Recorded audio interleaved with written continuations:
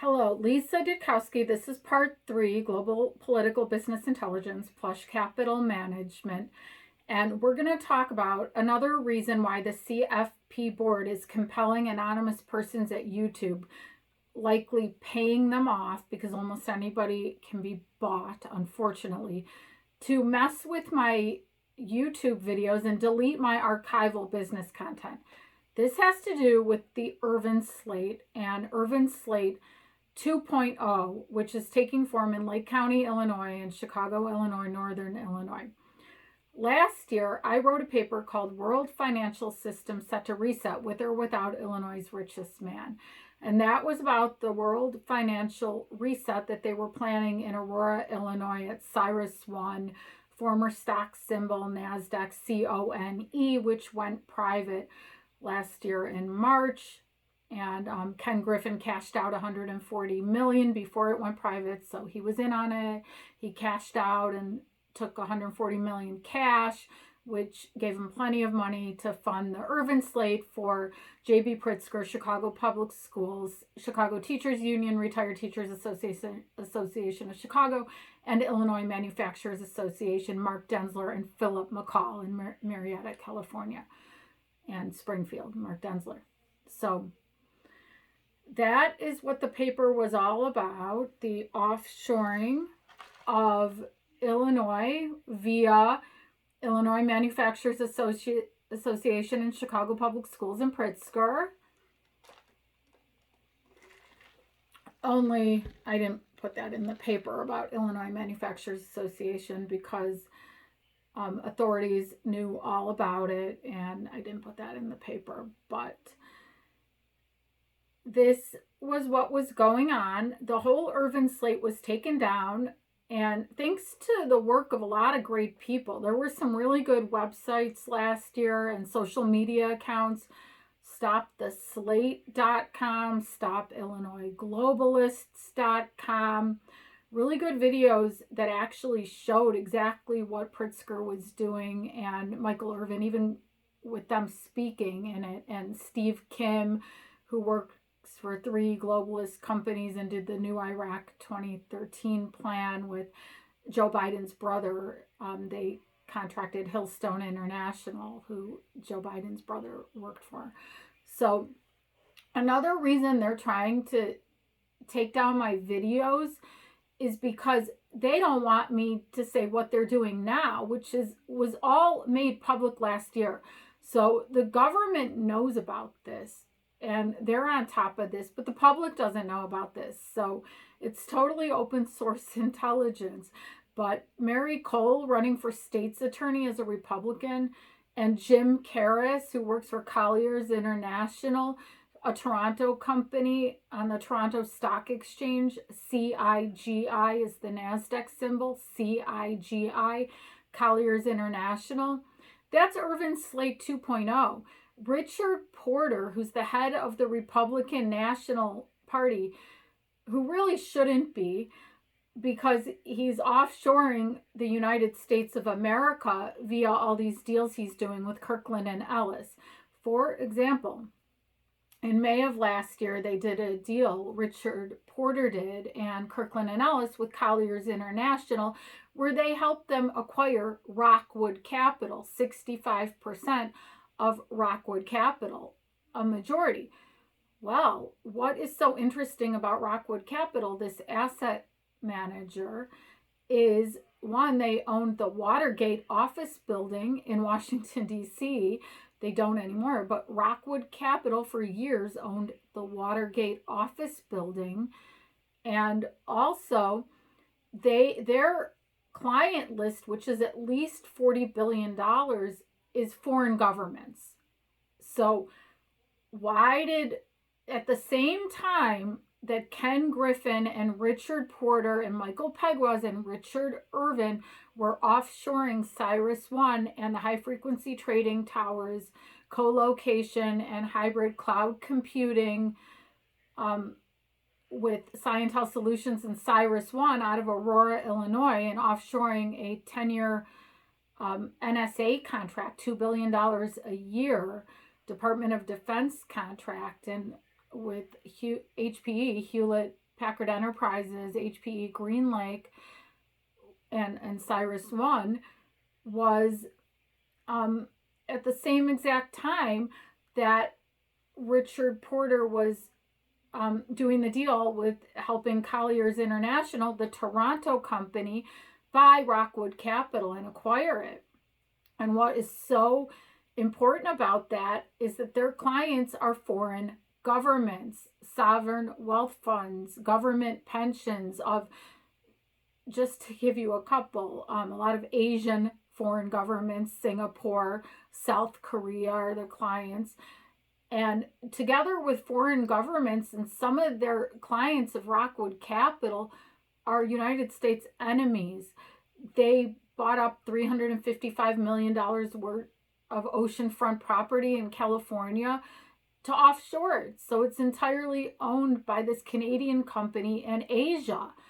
And Richard Porter, right here in Chicago, who asked me to accept a Rising Fan badge on his website, his public figure website, which I declined. Richard Porter and Kirkland & Ellis can hire me for business consulting if they want to know how to get on the right side of history and on the right side of the USA. They can hire me and pay me. I'm available, Richard Porter. I'm available, Kirkland & Ellis. If you want me to be under a confidentiality agreement, maybe we can have a job contract and you can hire me. But what they are doing is offshoring America to foreign governments via Colliers International. So Jim CARRIS, who's running for Congress in Lake County, 10th Congressional District, is a Republican. His money that he raises is going to be seized because it's foreign interference with an election, Executive Order 13848. So they were saying on Smoke-Filled Room, Core Strategies, the Leadership Institute's Core Strategies, oh, Jim CARRIS has raised $50,000 more dollars. I think he has like $100,000. So what? He can raise $2 million. It's all going to be seized. Jim CARRIS cannot be a congressman. He's working with Richard Porter to offshore the United States of America to hostile enemies, to foreign governments via Rockwood Capital, which Porter did the deal to help Colliers International, a Toronto company, acquire Rockwood Capital last year at the same time they were doing the IRVIN SLATE, helping Richard IRVIN get a divorce. At the same exact time, they took CyrusOne private, and Ken Griffin funded the IRVIN SLATE. So now this is all connected because Porter was doing these deals with Richard IRVIN and CyrusOne all at the same time. Totally related, because from 2017 to 2019, Colliers International was giving all of its digital infrastructure real estate people to CyrusOne. So all of the top digital real estate people from Colliers were going over to CyrusOne, which is in, they're both in dozens and dozens of countries, 60 some countries around the world, I believe. And so this was a systematic offshoring of the United States of America, gutting America.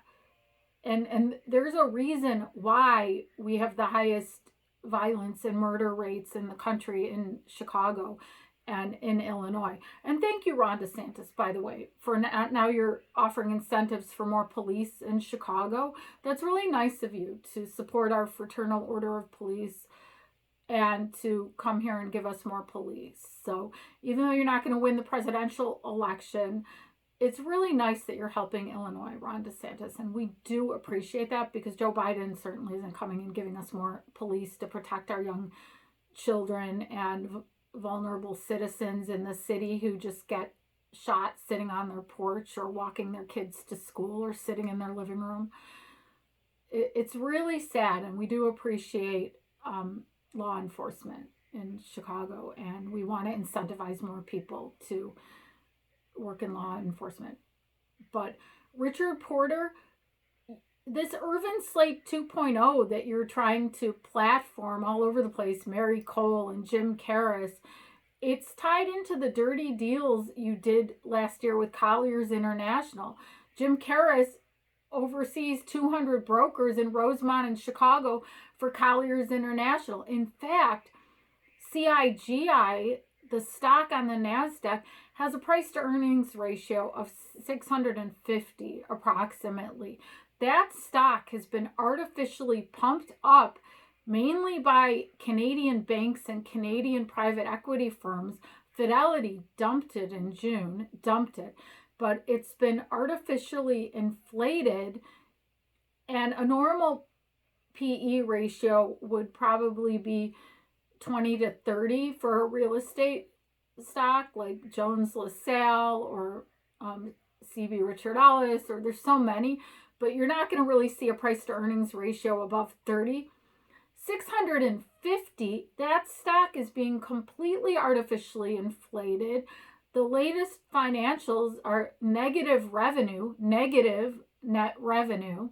So they're losing money. They're in the red. But why are the Canadian banks and private equity firms pumping up the stock and making it go up, and away? Probably because Richard Porter and Kirkland & Ellis are going to take it private, just like they did with CyrusOne, had KKR and Global Infrastructure Partners take it private. Well, everything that they've already done has been evasive of Department of the Treasury and Center for Foreign Investments in the United States. So already what they did last year, because look at the client list of it takes some research, but it's all open source intelligence, maybe not 100% of their client list, but foreign governments. So you can't take land on the ocean in California and land all over the United States of America and sell it to our enemies. It doesn't work. But yet Richard Porter, Kirkland & Ellis keeps doing that.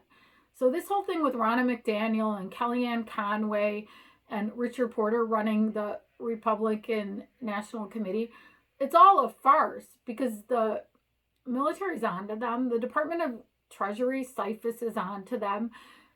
Jim CARRIS, Mary Cole, all of this is illegitimate. So I don't even know why they're saying he's raising money, because it's raising money for foreign enemies. That's what Colliers is doing with Rockwood Capital.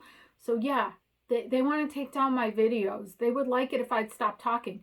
Well, maybe they should hire me and learn how to do deals legally and properly, and that support good government and support families and workers in the United States of America, and not screwing the American public. So don't offer me a Rising Fan badge because I comment to my friend P. Ray on your public figure page. Offer me a consulting gig if you want to get on the right side of history. And to quote JFK, let us begin. I'm ready. Who else is ready? Let us begin. Lisa Dudkowski, Global Political Business Intelligence, Plush Capital Management, YouTube. Don't let the CFP board remove my videos. They're going down. They're a pseudo-regulatory body. Pseudo. People pay to use a trademark, a meaningless garbage little R in a circle after some letters. It means nothing. They did nothing for me in 15 years, CFP board. I helped them. I was a volunteer. So these are like sheep that want to be regulated by pseudo-politically weaponized regulators. I will always be a top financial planner, wealth manager, business consultant. I don't need political lobbyists in Washington to write defamatory false press releases and to tell me if I'm doing a good job or not. No, they said I used the trademark where I did not use the trademark. They said I released private details of a client, which I did not. Everything was public. I was taking it from totally public sources and doing critical news analysis and trying to protect her beneficiaries. Thank you. God bless. Let us begin.